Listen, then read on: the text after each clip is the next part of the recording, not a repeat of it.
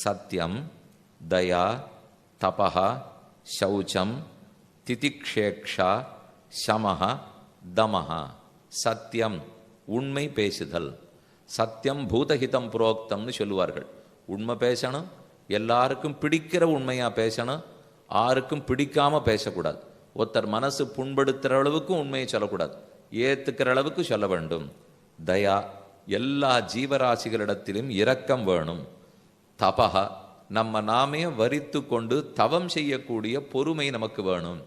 ஏகாதசி அன்னைக்கு பட்னி கிடக்கணும்னு சொல்கிறாள்னால் கடக்கிறதுக்கு பொறுமை வேண்டும்.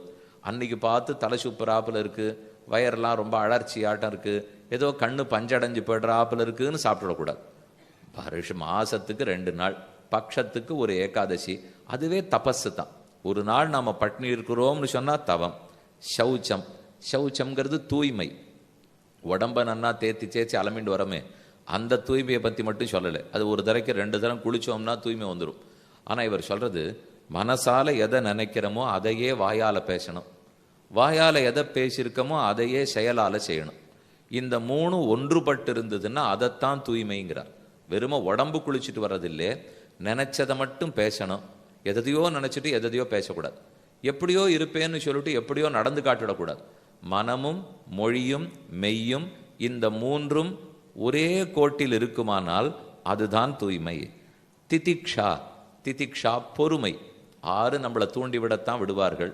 தூண்டி விடும்போது பொறுமை காக்க வேண்டும், தூண்டி விட்டாலும் கோபப்படாமல் இருக்க வேண்டும். அதுதான் உண்மையான பொறுமை வேண்டும். யாரை பார்த்து அதை தெரிஞ்சுக்கணும்? நம்ம எத்தனையோ தப்பு எத்தனை ஜென்மமாக பண்ணியிருந்தாலும் இன்னும் நமக்கு தண்டனை கொடுத்துடாமல் பொறுமையாக கடவுள் இருக்காரோ இல்லையோ, அவரை பார்த்து நாம் புரிஞ்சுக்கணும். நான் இப்படியெல்லாம் நினச்சி அவர் ஒன்றுமே தண்டிக்கிறது இல்லை, அப்போ நாம் இன்னொருத்தர் இடத்துல பொறுமை காக்க வேண்டும் என்று தெரிஞ்சுக்கணும். ஈக்ஷா, விசாரம் செய்தல். ஒரு விஷயத்தை நமக்கு சொல்லப்பட்டிருக்குன்னால் மேலே மேலே விசாரம் பண்ணணும், புஸ்தகங்கள் எடுத்து பார்க்கணும். இந்த புஸ்தகம் எப்படி சொல்லியிருக்கு, அந்த புஸ்தகம் எப்படி சொல்லியிருக்கு. ஏன்னா நம்ம பாட்டுக்கு எதையும் நம்பிடக்கூடாது. நல்லார்களே சொன்னதாக இருந்தாலும் விசாரம் பண்ணு, 2 பேரிடத்துல கேட்டு நடந்து கொள். சமஹ, தமஹ, வெளி இந்திரியங்களை அடக்குதல், உள்புலன்களை அடக்குதல்.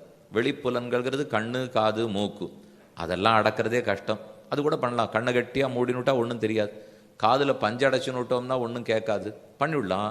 மனசு இது இத்தனையும் மூடினுட்டா கூட மனசு சுற்றி சுற்றி வருமே. அப்போ வெளிப்புலன்கிறது தான் சமம், அதை அடக்கிறது. தமம், உள்புலனால மனதை அடக்குதல்.